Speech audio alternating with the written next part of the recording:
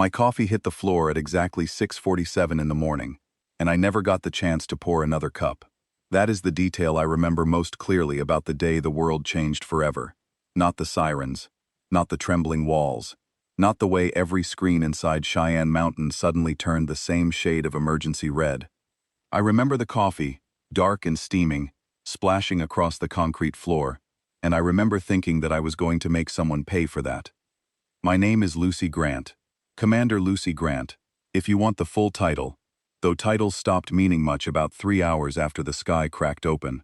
I was an intelligence officer, stationed at the North American Aerospace Defense Command, buried deep inside a mountain in Colorado, surrounded by enough rock and steel to survive just about anything the world could throw at us. The people who built this place had designed it to withstand nuclear strikes, earthquakes, and electromagnetic pulses. They had never considered the possibility that 1,200 alien warships would appear in low Earth orbit on an ordinary Tuesday morning. But here we were. "Confirm that number," I said to Corporal Eddie Shaw, who was seated at the sensor console, with his face drained of every drop of color. He was 23 years old, barely old enough to grow a proper beard, and his hands were shaking so badly that he had to grip the edge of his desk to keep them still. "Confirmed, Commander. 1,214 contacts.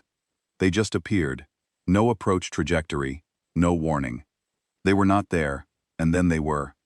I stared at the main display. The contacts were arranged in a perfect geometric formation around the planet, hovering just above the upper atmosphere like a crown of metal thorns. Each one was enormous. The smallest were twice the size of an aircraft carrier. The largest were so big that our systems had trouble rendering them properly. "Where did they come from?" asked Admiral George Hartley from across the room. He was a tall man with gray hair and steady hands, the kind of officer who could watch the world end and still find time to straighten his collar. Right now, though, even he looked rattled. "Everywhere and nowhere, sir," Eddie replied. "There was no transit, no sublight approach. They folded space, or punched through a dimensional barrier, or something our physics does not have a name for. 1 second the orbit was clear. The next second, it was not." The room went silent. 40 of the sharpest military minds in the country stood there in that underground chamber, staring at those glowing dots on the screen, and nobody said a word. I could hear the ventilation system humming. I could hear my own heartbeat. Then the broadcast came through. Every screen, every speaker, every communication channel on the planet received it simultaneously. It was a message translated into hundreds of human languages, though the English version was clumsy and strange, as if someone had fed our language into a machine that understood grammar, but had never heard a human actually speak. "Inhabitants of the third planetary body, you are designated Tier 9 primitive species by the authority of the Velhari Dominion. Your world has been selected for incorporation into the Dominion's administrative territory. You are instructed to cease all defensive activity, surrender governing authority, and present yourselves for cataloging. You have 12 standard hours to comply. Resistance will be noted and corrected." Noted and corrected, like we were misbehaving children. Admiral Hartley looked at me. I looked back at him. Something passed between us that did not need words. It was the same thing that was passing between people all over the planet at that exact moment, in every language, in every culture, in every living room and office and military bunker on Earth. It was not fear. It was something older and hotter than fear. "Get me a line to every Allied command," Hartley said quietly. "Every single one. NATO, non-NATO. I do not care. Get me Moscow, Beijing, Delhi, Brasilia, and everyone in between. Tell them we need to talk, now." That call took 11 minutes to arrange. It was the fastest moment of global cooperation in human history. Meanwhile, the United Nations attempted diplomacy. I watched the feed from New York, where a hastily assembled delegation tried to communicate with a Velhari representative who had been projected as a hologram into the General Assembly chamber.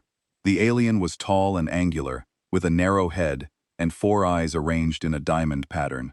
Its skin was a dull metallic gray, and it moved with the slow, deliberate precision of something that had never needed to hurry in its entire life. The Secretary General asked for more time. The alien said no. The Secretary General asked what incorporation meant. The alien explained, in that same flat mechanical translation, that humanity would be relocated from its surface cities into designated labor zones, and that Earth's resources would be extracted for Dominion use. The Secretary General asked what would happen to people who refused. The alien paused. Its 4 eyes blinked one at a time, top to bottom, and it said something that I will never forget. Refusal is not a concept we have encountered frequently. Your concern is endearing, but unnecessary. Primitive species do not refuse, they adapt. Endearing. It called us endearing. I turned to Hartley. They do not know us at all, do they? He shook his head slowly. No, Commander. They really do not. The Velhari did not wait for their 12-hour deadline. At the 4-hour mark, they began their assault. Beams of concentrated energy lanced down from orbit, each one striking with a precision that suggested they had mapped every military installation on the planet long before they arrived. Norfolk was hit first, then Ramstein in Germany, then Yokosuka in Japan, Diego Garcia, Pearl Harbor, Pine Gap in Australia. One by one, the great military bases of the world were struck by columns of white fire that fell from the sky like the fingers of an angry god. Thousands of people were gone in minutes. Communication satellites were destroyed. The GPS network went dark. The internet, that vast web that connected 8 billion minds, fractured into isolated fragments. In the span of 30 minutes, humanity was thrown backward by half a century of technological progress. Inside Cheyenne Mountain, the lights flickered but held. We were deep enough to survive the orbital strikes, at least for now. But the reports that came flooding in through our remaining hardwired connections were devastating. Base after base, gone. Ships sunk at port. Aircraft destroyed on the ground before they could take off. The Velhari had studied us.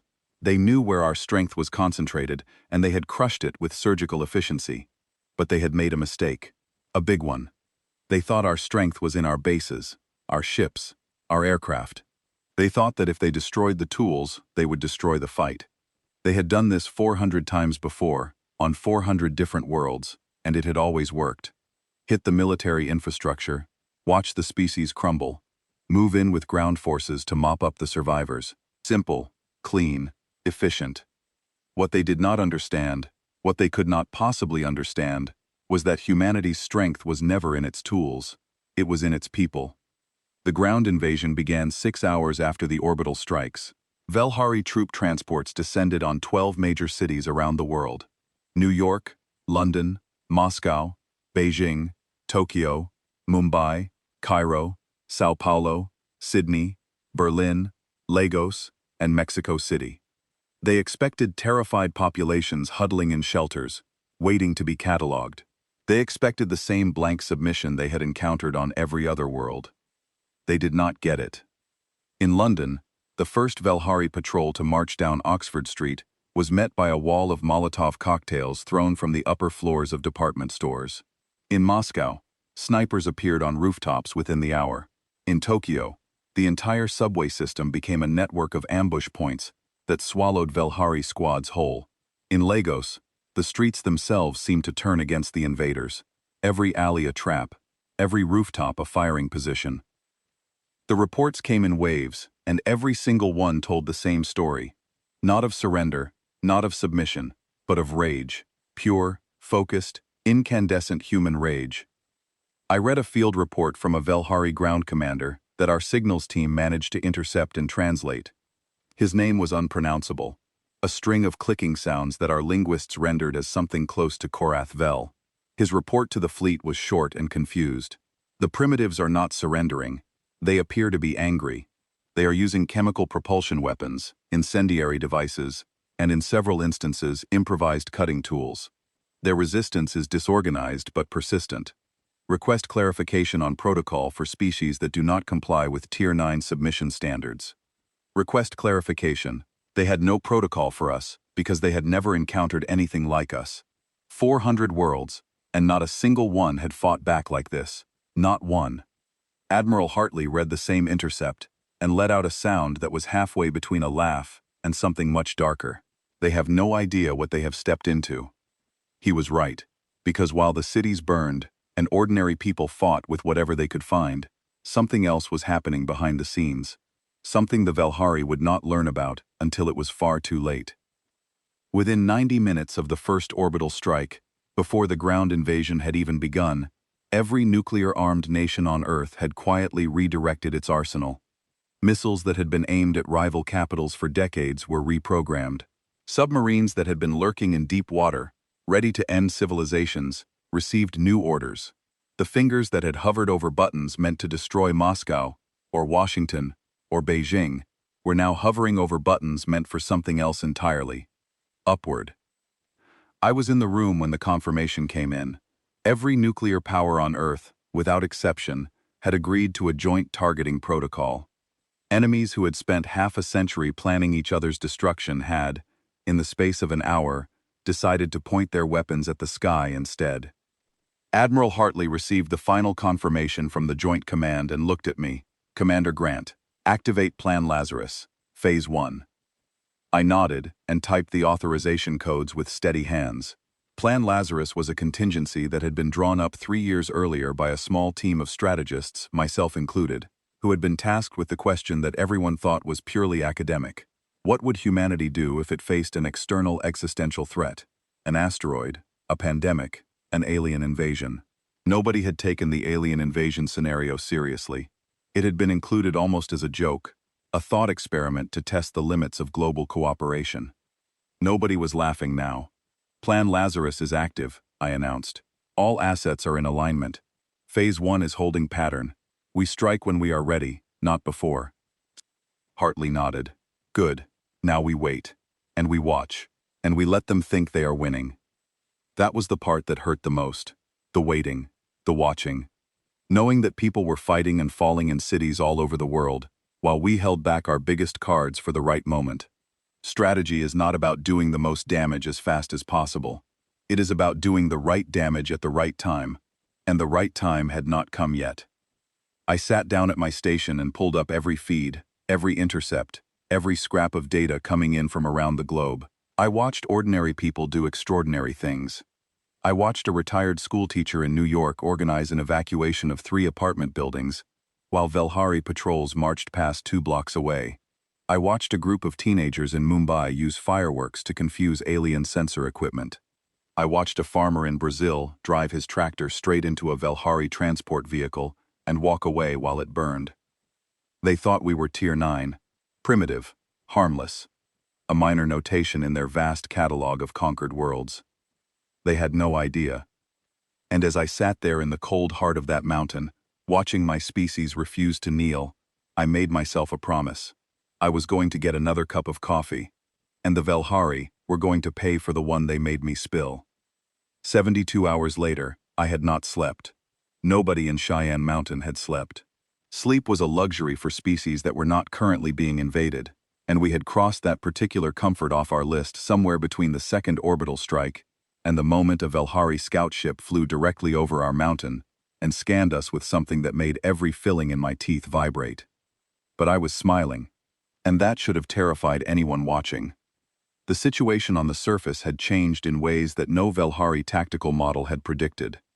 Their ground forces held positions in over 30 cities worldwide. But held was a generous word. What they actually held were islands of controlled territory, surrounded by oceans of chaos. Every time they pushed outward from their landing zones, they met resistance.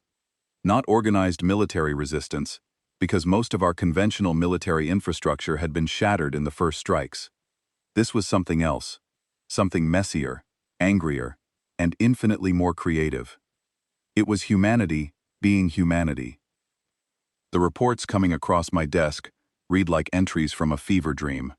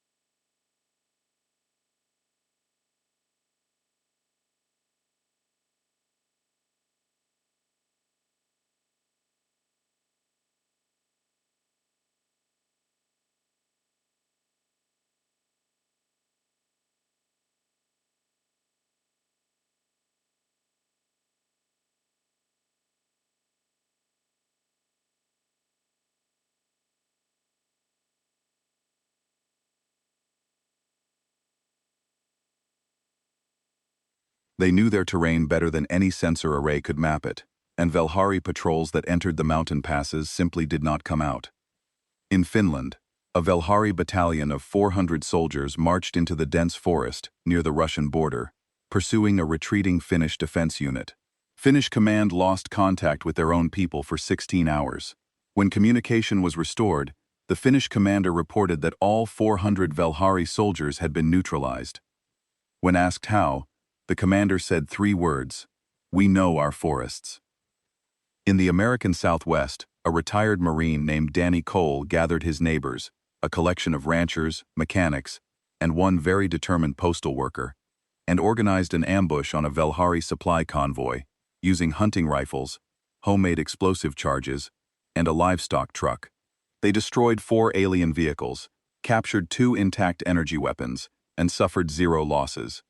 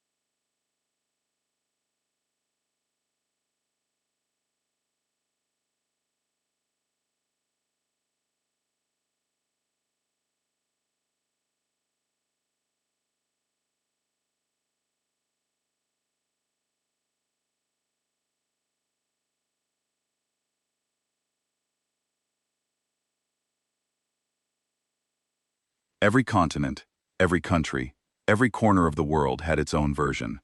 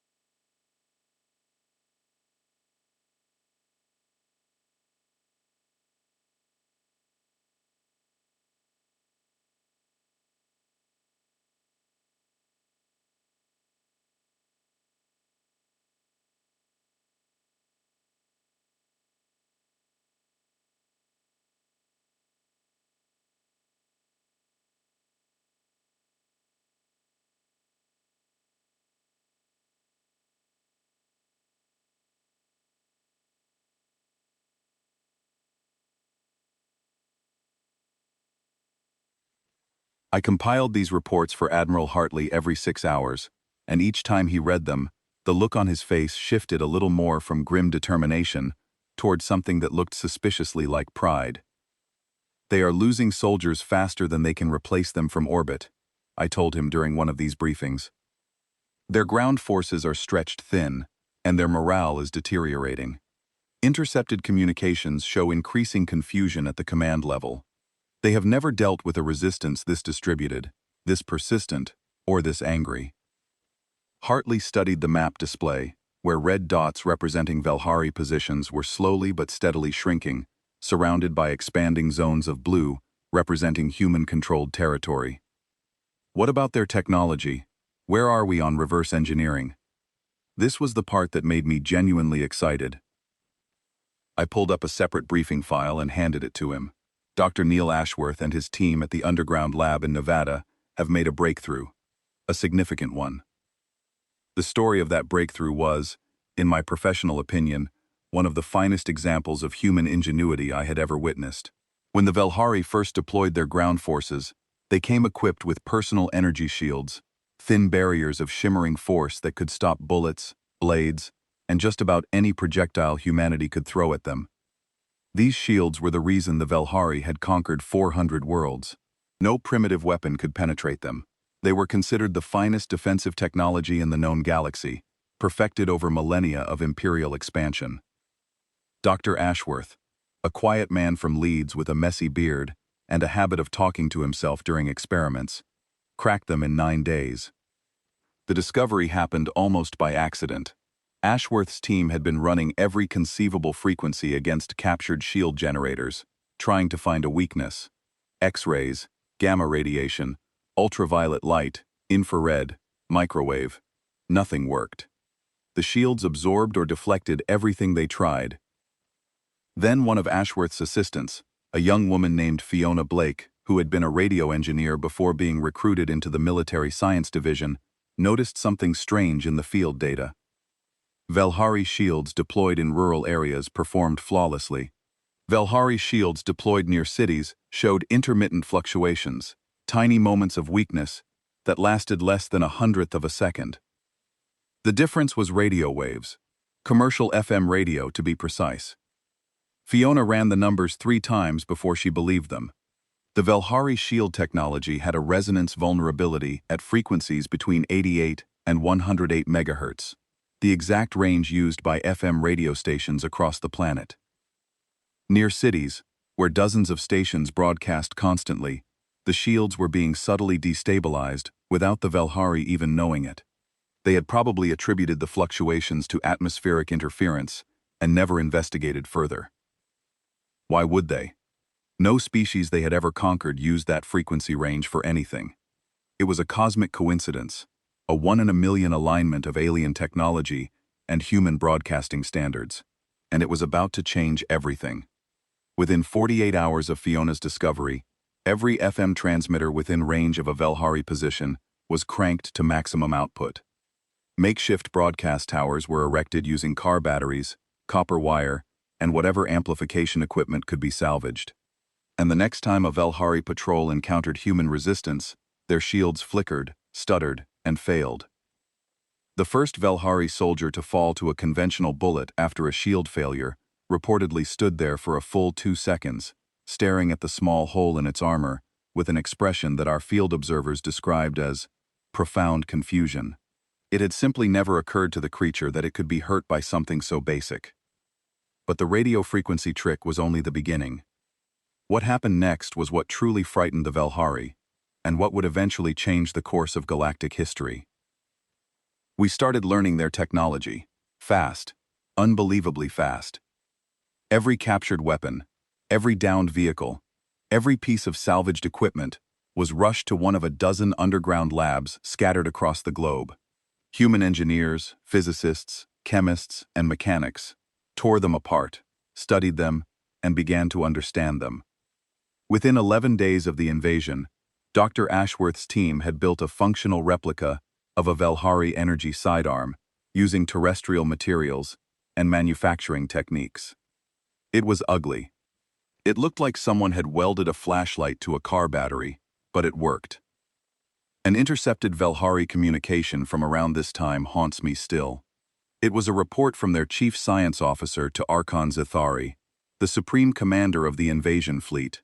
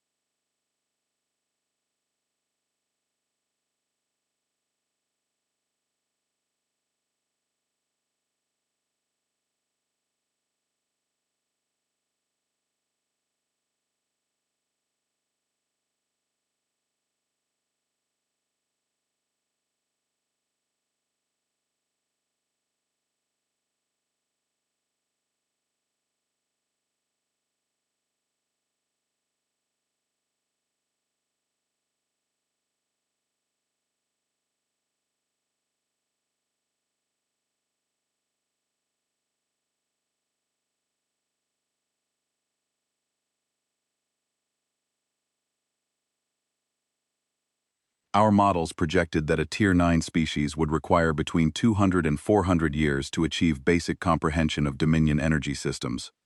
The humans have achieved functional replication in 11 planetary rotations. I do not have an explanation for this. I do not believe our classification model accounts for this species.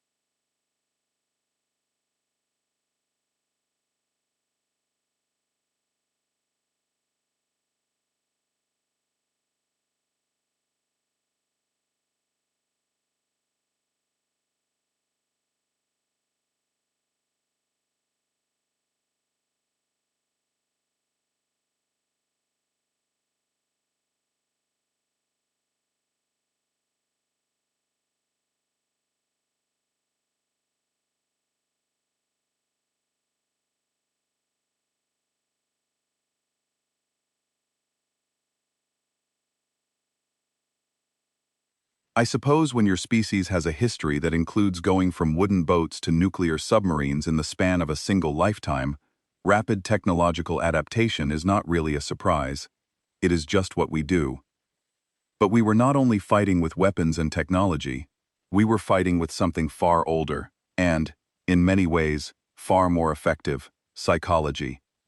Somebody, and I never found out exactly who started it, came up with the idea of broadcasting human media on every available frequency. Music, specifically. And not gentle, soothing music. They chose the loudest, most aggressive, most emotionally overwhelming music in our entire catalog. Heavy guitars, pounding drums, screaming vocals, orchestral crescendos that shook the walls. They broadcast it 24 hours a day, aimed directly at Velhari positions. The effect was devastating, and not for the reason you might expect. The Velhari communicated partially through sonic resonance. Their language used subtle vibrations in frequency ranges that overlapped significantly with human musical output. Our music did not just annoy them. It scrambled their communications, confused their sensory processing, and in some cases caused genuine physical discomfort. A captured Velhari officer, interrogated at a facility in Scotland, provided the most memorable description of this experience.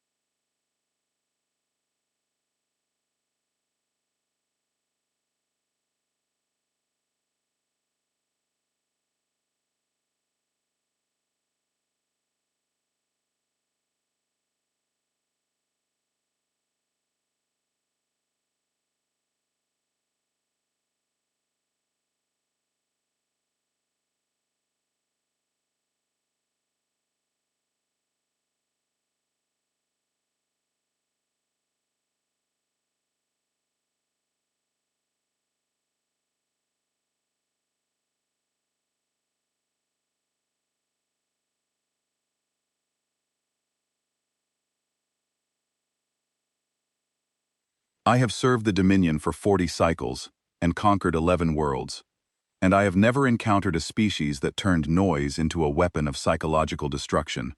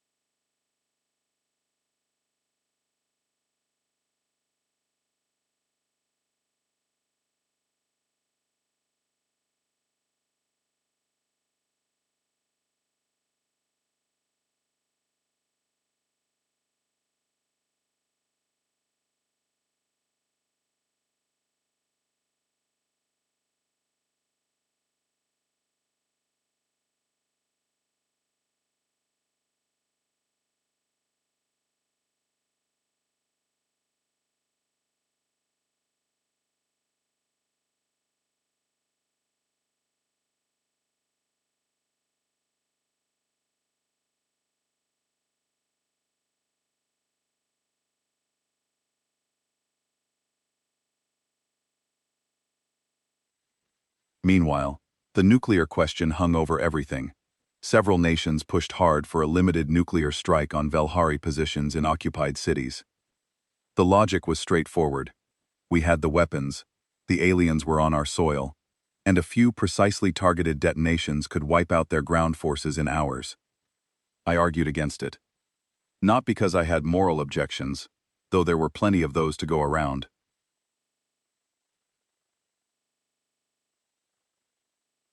I argued against it because it was strategically wasteful.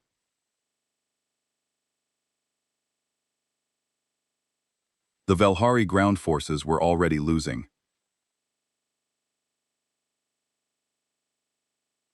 Our guerrilla resistance was grinding them down every day.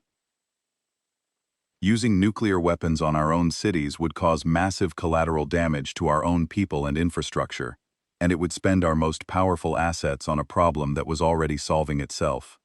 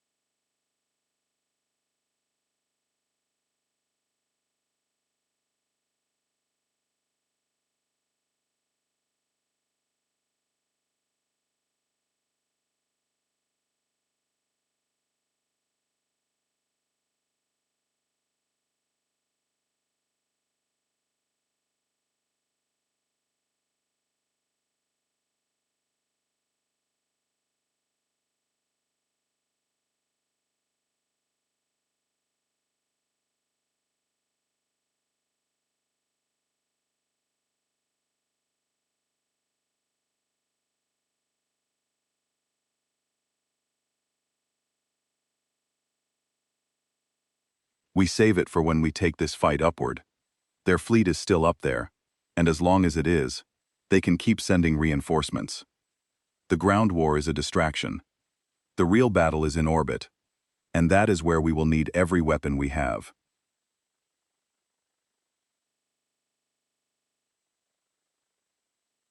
There was a long silence on the line.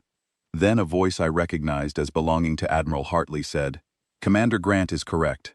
We do not waste our strongest punch on a fight we are already winning. We save it for the fight that matters." The Council agreed. Plan Lazarus moved to Phase 2. As the third week began, I finally allowed myself to believe something that I had been afraid to think since the first morning. We were going to survive this. Not just survive. We were going to win. The evidence was everywhere. On the ground, human forces were liberating cities one by one.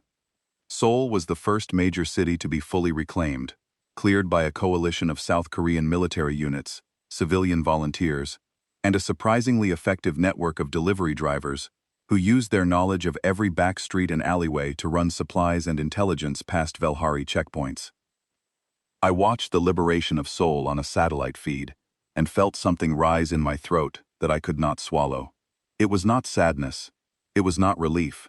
It was something bigger than both, something that filled my chest until it hurt. Thousands of people flooding back into the streets, waving flags, embracing strangers, weeping openly. They had fought for their city with their bare hands and won it back.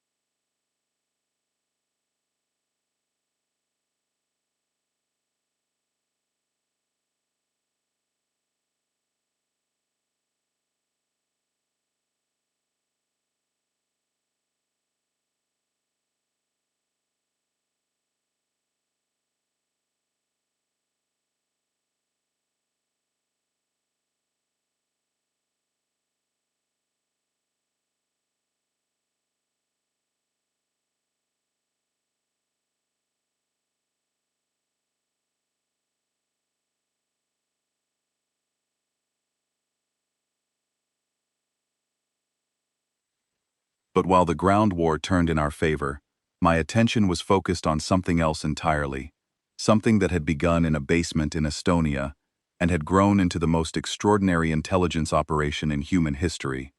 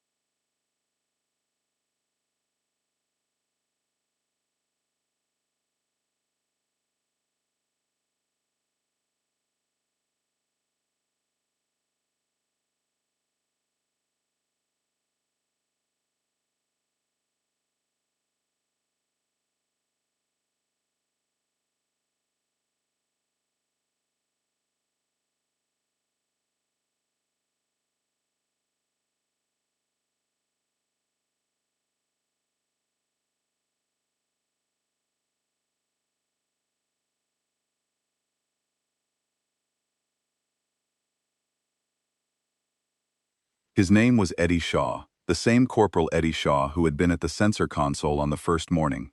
Before joining the military, Eddie had been part of a hacking collective that had caused significant headaches for several European governments.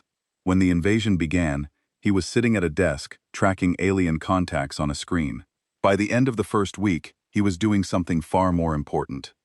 Eddie had noticed that the Velhari's internal communications used an encryption protocol that, while incredibly sophisticated by galactic standards, had a structural similarity to certain types of human cryptographic systems. Not identical, but similar enough that the mathematical principles underlying the encryption could be attacked using techniques that human codebreakers had developed over the past century. He shared his preliminary analysis on what remained of the Internet, posting it to every surviving technical forum and dark web channel he could reach. Within days, thousands of amateur cryptographers, computer scientists, mathematics students, and hobbyist hackers around the world were working on the problem. They collaborated in fragments, each group attacking a different piece of the encryption, sharing results through improvised communication networks that the Velhari did not even know existed. By day 18, they cracked it. Not partially, not a fragment. The entire Velhari military communication network was laid bare. Every order, every report, every strategic discussion between fleet commanders was being intercepted, decoded, and translated in near real time by a chaotic global network of civilians sitting in basements, bunkers, and bombed-out apartments, working on laptops powered by car batteries and portable generators. I called it the most undisciplined, disorganized, and devastatingly effective intelligence operation in the history of warfare. Admiral Hartley, who had spent his career in the structured world of military intelligence, looked at the operation with the expression of a man watching a tornado build a house. "It should not work," he said. "There is no hierarchy, no central command, no security protocols. It is complete chaos." "Yes, sir," I replied, "and it is working better than anything we could have built in a decade of planning." The cracked communications revealed something crucial. The Velhari fleet was fracturing. Of the 6 alien species that made up the Dominion coalition, 2 were actively arguing for withdrawal. The invasion had been sold to the Dominion Council as a simple resource extraction operation, a quick conquest of a primitive world that would be over in days.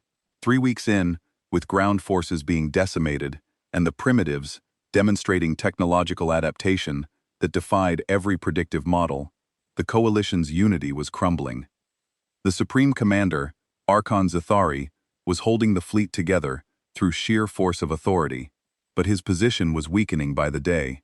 Intercepted communications showed a leader becoming increasingly desperate, issuing orders that contradicted themselves, demanding results from subordinates who had no results to give, and refusing to acknowledge the mounting evidence that the invasion had failed.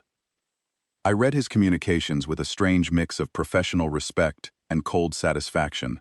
Zathari was not stupid. He was experienced, disciplined, and by all accounts, a brilliant strategist. He had simply never encountered a variable that his experience could not account for. He had never fought humans. This was our moment. The ground war was turning. The alien communications were compromised. The enemy coalition was fracturing. If we were going to take the fight to orbit, it had to be now, before Zathari could regroup, or the two wavering species decided to reinforce rather than retreat. I presented my plan to Admiral Hartley on day 23. I called it Operation Slingshot, and it was either the most brilliant or the most insane military operation ever conceived. Probably both. The plan was built on a single insight. The Velhari security systems scanned for technology, not biology.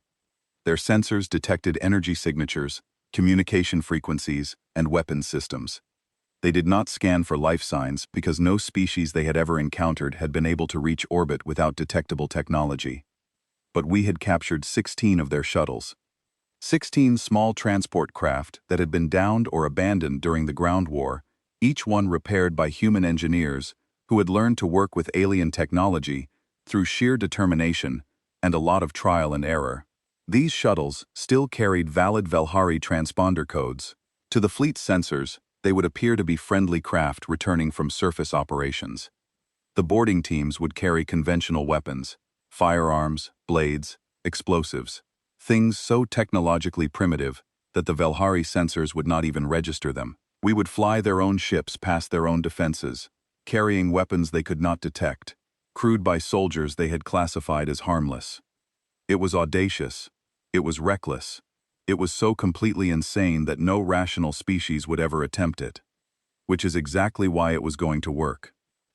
Admiral Hartley studied the plan for a long time. Then he looked at me, and for the first time since the invasion began, he smiled. "When do we launch?" "Day 26, I said. 3 days to train the boarding teams, load the shuttles, and coordinate with the nuclear assets. The missiles launch simultaneously with the shuttle assault. The Velhari will be dealing with boarders inside their ships and nuclear warheads outside them at the same time. And the message? Already prepared. Once we have access to their communication relay, we upload it. Every species in the galaxy gets the file." Hartley nodded slowly. "Do it." I spent the next 3 days sleeping in 2-hour intervals, fueled by whatever caffeine I could find, and a sense of purpose so intense, it felt like electricity in my veins. The boarding teams were assembled from special forces units around the world. The best of the best, drawn from every nation, trained in alien ship layouts using data from our captured vessels and intelligence from our cracked communications. Captain Danny Cole led the primary assault team. Danny was a quiet man from Liverpool who had served in 3 combat zones and had a reputation for remaining impossibly calm in situations that would break most people. He spent the 3 days of preparation training his team on Velhari ship architecture, studying the layout of every corridor and compartment until he could navigate them blindfolded. Sergeant Fiona Blake, who had cracked the shield frequency, volunteered for a boarding team despite having no combat training. I tried to talk her out of it. She told me, very politely, that she had not spent 2 weeks figuring out how to break alien technology just to sit in a bunker while someone else used her work. I could not argue with that. Sophie Marsh, a former commercial pilot who had been flying supply runs through Velhari-controlled airspace since the second day of the invasion, was chosen to pilot the lead shuttle. She had logged more hours in captured alien craft than anyone else alive, mostly because she had started flying them before anyone officially authorized her to do so. These were the people who were going to take the war to the stars, not super soldiers, not genetically enhanced warriors, not the chosen heroes of some ancient prophecy, just people, ordinary, stubborn, furious, brilliant people who had decided that enough was enough. Day 26 arrived. I stood in the command center at Cheyenne Mountain, surrounded by screens and consoles and the quiet hum of machines, and I watched humanity reach for the sky. The 16 shuttles launched from hidden positions across 4 continents, rising through the atmosphere on Velhari propulsion systems piloted by human hands. Simultaneously, from submarines and silos and mobile launchers scattered across the globe, modified intercontinental ballistic missiles roared upward on columns of flame and fury. Each one carried a nuclear warhead. Each one was guided by targeting data pulled from the cracked Velhari communication network. Each one knew exactly where it was going. Sophie Marsh's voice came through the command channel, calm and clear, despite the fact that she was flying a stolen alien spacecraft toward the largest warfleet in galactic history. Shuttle group is through the outer sensor perimeter. No alert. Transponder codes are holding. They think we are their own ships coming home. I held my breath. The shuttles docked with 6 of the largest Velhari capital ships, sliding into landing bays without triggering a single alarm. The moment the bay doors sealed behind them, the boarding teams moved. What followed was something that would later be studied at military academies on 100 worlds, though the people doing it at the time were not thinking about legacy, they were thinking about survival. Captain Danny Cole's team hit the bridge of the Velhari flagship in under 4 minutes. They moved through corridors designed for creatures a full head taller than any human, navigating by memorized schematics and pure adrenaline. The Velhari crew they encountered were larger, stronger, and equipped with energy weapons that could cut through steel. But the Velhari had never fought in close quarters against humans. Their combat training, refined over centuries of conquering species that fought in predictable patterns, had no answer for an enemy that moved in bursts of controlled chaos, communicated through hand signals and improvised codes, and kept coming, even after taking hits that would have stopped any rational being. Danny's voice came through the channel at the 4-minute mark. Bridge is secured. The crew did not know how to react when things went wrong. They froze. These soldiers have never fought anyone who improvises. Across the fleet, similar reports came in. Fiona Blake's team captured an engine room. Another team seized a weapons control center. A third disabled the shield generators on a carrier that was 3 times the size of the Pentagon. And then the missiles arrived. 3 nuclear warheads, guided with pinpoint precision by data that the Velhari did not know we possessed, struck 2 carrier ships in the outer formation. The explosions in the vacuum of space were silent but absolute. One carrier broke apart like glass, its hull fragmenting into a cloud of spinning debris. Another lost power completely, its lights dying section by section, until it was nothing but a dark shape tumbling slowly through the void. I watched the sensor data and felt my hands gripping the edge of my console so hard that my knuckles turned white. We had done it. We had actually done it. A species that had been classified as Tier 9 primitive, a species that had invented powered flight barely a century ago, had just destroyed 2 capital ships of the most powerful military force in the galaxy, using weapons that ran on physics the Velhari considered obsolete. Eddie Shaw, still at his console, was tracking Velhari communications in real time. "Commander, you need to hear this." He played the intercept. It was Archon Zithari, the Supreme Commander, speaking to his remaining captains. His voice, even through the alien translation, carried a weight that I recognized immediately. It was the sound of a leader watching everything he believed crumble around him. The translation read, "We came to this world expecting to catalog another primitive species. We expected to add another number to our records and move on. We were wrong. We were catastrophically, historically wrong. These creatures are not primitive. They are something else entirely. Something our models do not account for. Something our history has never prepared us for. We came to conquer animals. We found something far worse. We found humans." I read those words and felt them settle into my bones. Not with triumph, not with satisfaction. With something quieter and more permanent than either. Recognition. An alien intelligence, vast and ancient and powerful beyond anything we had imagined, had looked at us and finally seen what we were. The battle lasted another 2 hours. 2 of the 6 allied species in the Dominion fleet mutinied, withdrawing their ships from formation and jumping to faster-than-light speed without waiting for authorization. The remaining Velhari ships, now outnumbered by the sheer audacity of the assault if not by actual firepower, began a fighting retreat. But before they could fully disengage, we did one more thing. The thing that would matter more than any missile or boarding action. The thing that would change the galaxy forever. Fiona Blake, working from the captured communications center of a Velhari carrier, uploaded a data package into the Dominion's Galactic Relay Network. The package contained everything, every battle record, every field report, every piece of footage captured during the invasion. Every moment of human resistance, from the first Molotov cocktail on Oxford Street to the nuclear detonations in orbit. 26 days of a species refusing to die, compressed into a file that would propagate across every communication network in the known galaxy. Attached to the file was a message. I had written it myself, late one night in the command bunker, fueled by cold coffee and a fury that had not dimmed since the first morning. It was translated into 4,000 galactic languages, and it said, "This is Earth. This is what happens when you come here uninvited. Tell the others." The Velhari fleet jumped to faster-than-light speed and vanished from our sensors. The sky above Earth, for the first time in 26 days, was empty of alien warships. I sat down in my chair and stared at the main display for a long time. The red dots were gone, all of them. The orbital tracks showed nothing but our own damaged satellites and the slowly expanding debris fields of destroyed Velhari ships.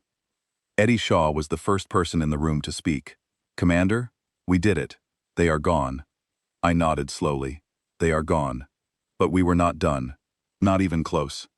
6 months passed faster than I expected, though every day of those 6 months carried more work than any year of my previous career.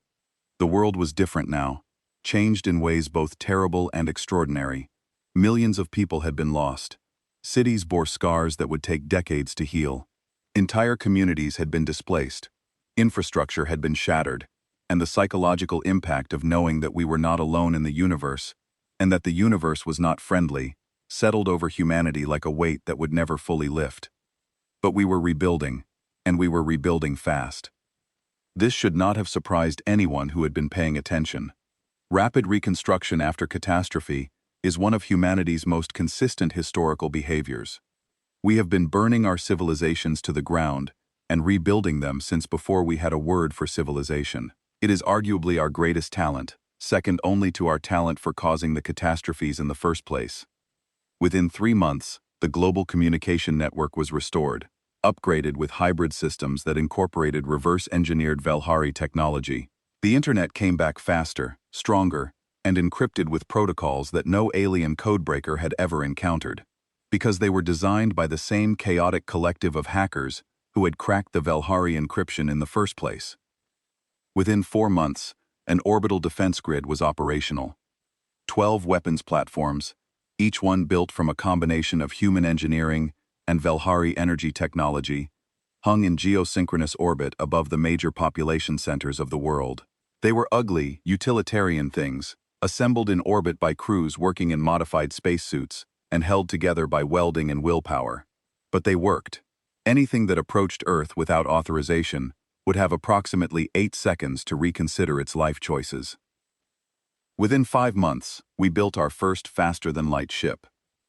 I was there when it launched.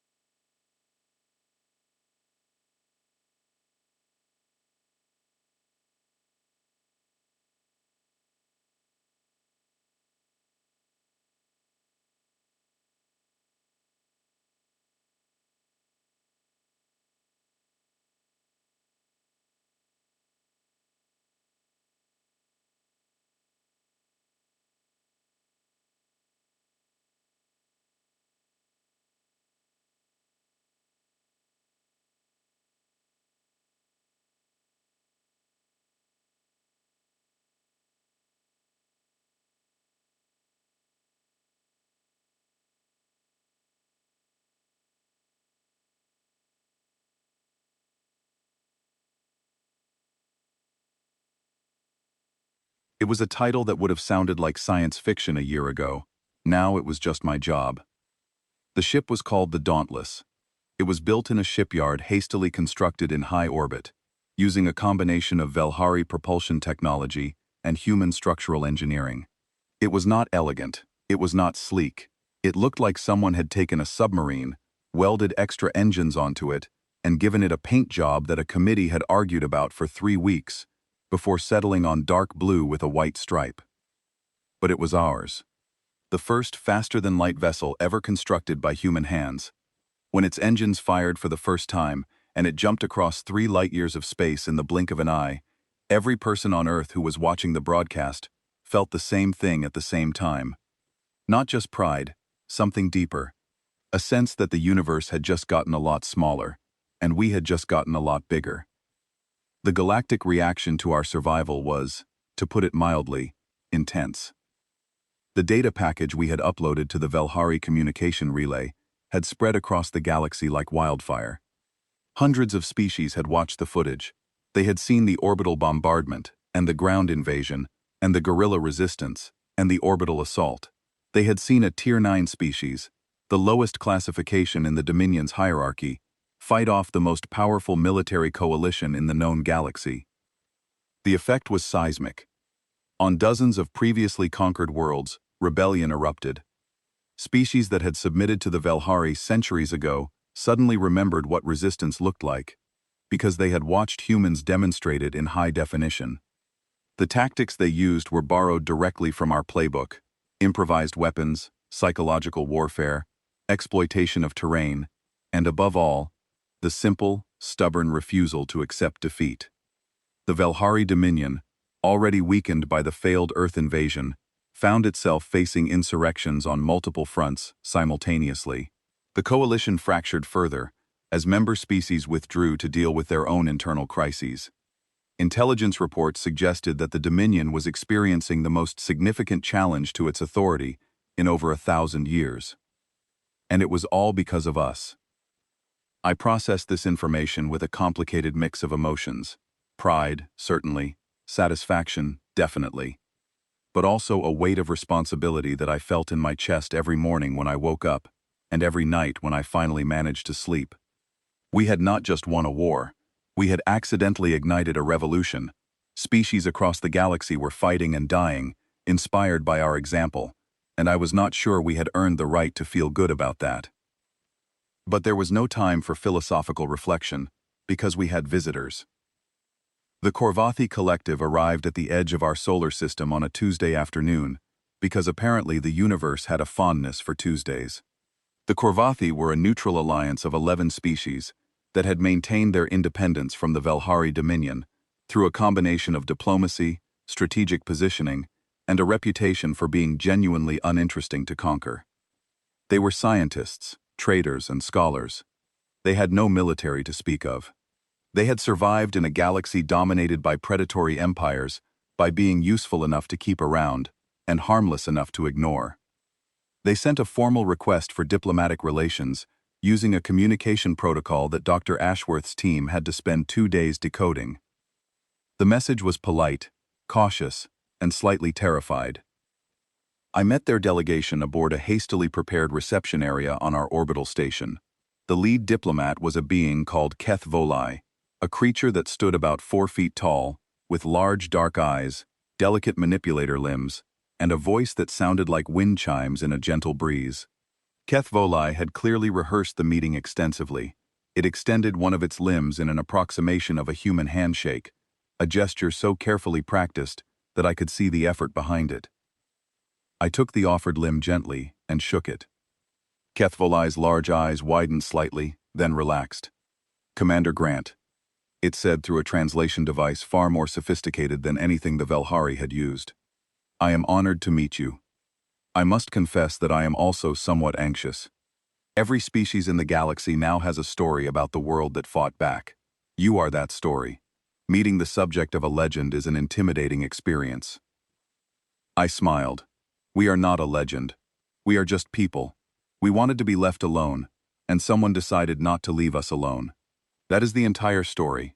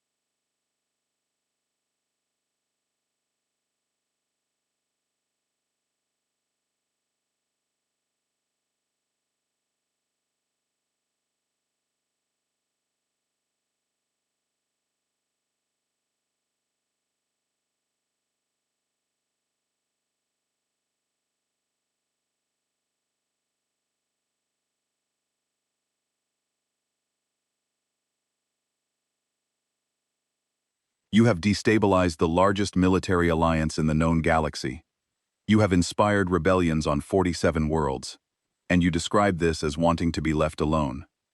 Because that is what it was, I said simply. We did not go looking for a fight. The fight came to us. We just happened to be very, very good at fighting back. HFY was quiet for a moment.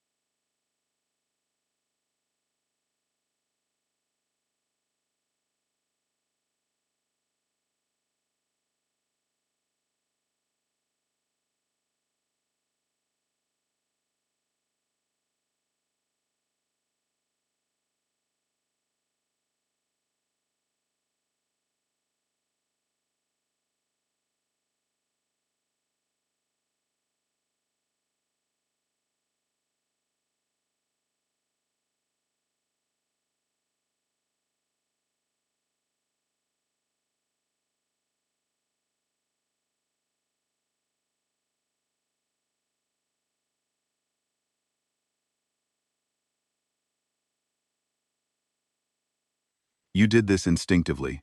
The rest of us have to wonder what you will do when you actually try. I did not have a good answer for that, so I offered HFY a cup of coffee instead. It accepted, tried a sip, made an expression I could not read, and politely set the cup down. Apparently, coffee is an acquired taste even by galactic standards. The diplomatic relationship with the Korvathi progressed quickly.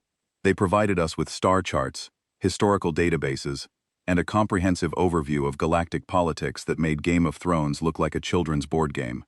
In return, we shared our own technological innovations, particularly the ones we had developed during the invasion, that the Korvathi found both impressive and slightly alarming. You turned your entertainment broadcasting system into a weapon, HFY said during one of our exchanges, reviewing the FM radio frequency discovery. You used your art to disrupt enemy communications. I have studied conflict resolution across 300 species, and I have never encountered anything like this. Most species compartmentalize their culture and their warfare. You appear to have no such boundary. We do not, I agreed. Everything is a tool. Everything is a weapon. Everything is a resource. That is how we think. It is not always a good quality, but it is useful in a crisis. Meanwhile, intelligence reports from across the galaxy continued to paint a complex picture. The Velhari Dominion was regrouping. Archon Zithari had survived the failed invasion and was consolidating his remaining forces. A larger fleet was being assembled, though whether it was intended for Earth or for suppressing the various rebellions we had inspired was unclear. Some voices within the galactic community urged us to strike first, to take the Dauntless and whatever other ships we could build and hit the Velhari before they could hit us. The argument was simple. They would come back eventually, and it was better to fight them on our terms than theirs. I argued against it, and I argued forcefully. We are not conquerors, I said at a meeting of the newly formed Earth Defense Council, a body that included military leaders, scientists, diplomats, and civilian representatives from every nation. We did not ask for this war. We did not start it, and we are not going to become the thing we just fought against. We will defend ourselves. We will make it absolutely, unmistakably clear that the cost of attacking Earth again will be catastrophic for the attacker. But we will not carry war to someone else's world. That is where we draw the line. That is what makes us different. The Council debated this for several hours. In the end, they agreed, though not unanimously. Humanity's aggressive instincts are real, and the temptation to use our newfound capabilities offensively was strong. But the majority recognized that our strength, our true strength, lay not in our capacity for destruction, but in our capacity for choosing when not to use it. Instead, we sent a message, a very specific, very carefully calculated message. The Dauntless jumped to the edge of Velhari space, appeared on their sensors for exactly 30 seconds, broadcast a compilation of every Velhari ship destroyed during the invasion of Earth, and jumped back before a single weapon could be aimed in its direction. No shots fired, no threats made. Just a reminder, a very clear, very pointed reminder of what had happened the last time the Velhari Dominion decided to visit our neighborhood. Intelligence intercepts from the following weeks suggested that the message was received and understood. Velhari fleet movements shifted away from Earth's sector of the galaxy. The larger fleet being assembled was redirected toward the rebellious conquered worlds instead.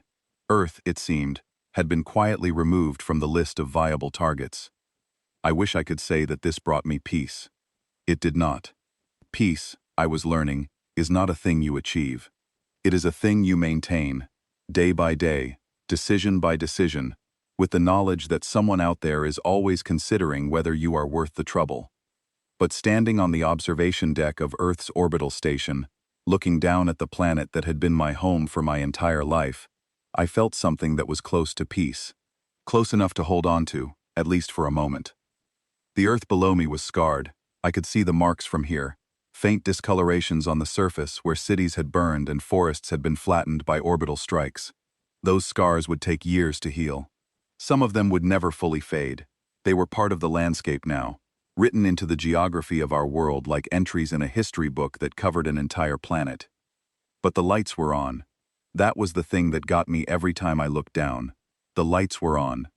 8 billion people, give or take the millions we had lost, were down there living their lives, arguing about politics, watching entertainment, raising children, building things, breaking things, being gloriously, infuriatingly, wonderfully human. Eddie Shaw found me on the observation deck. He was no longer a corporal. He had been promoted 3 times in 6 months, not because of military protocol but because nobody could figure out a rank that adequately described the 23-year-old who helped crack alien encryption and change the course of galactic history. He was currently holding the title of Chief Technical Advisor to the Galactic Intelligence Directorate, which mostly meant he still sat at a console and did brilliant things with computers, but now he had a nicer chair. "Commander," he said, standing beside me at the observation window, "the Korvathi ambassador is asking if we would be interested in attending a galactic diplomatic summit. Apparently, our application for recognition as a sovereign galactic species is being fast-tracked, something about our file being flagged as high priority." I smiled. "I wonder why." Eddie looked down at the planet. "Do you think they will ever come back? The Velhari?" I considered the question carefully. Maybe. Someday.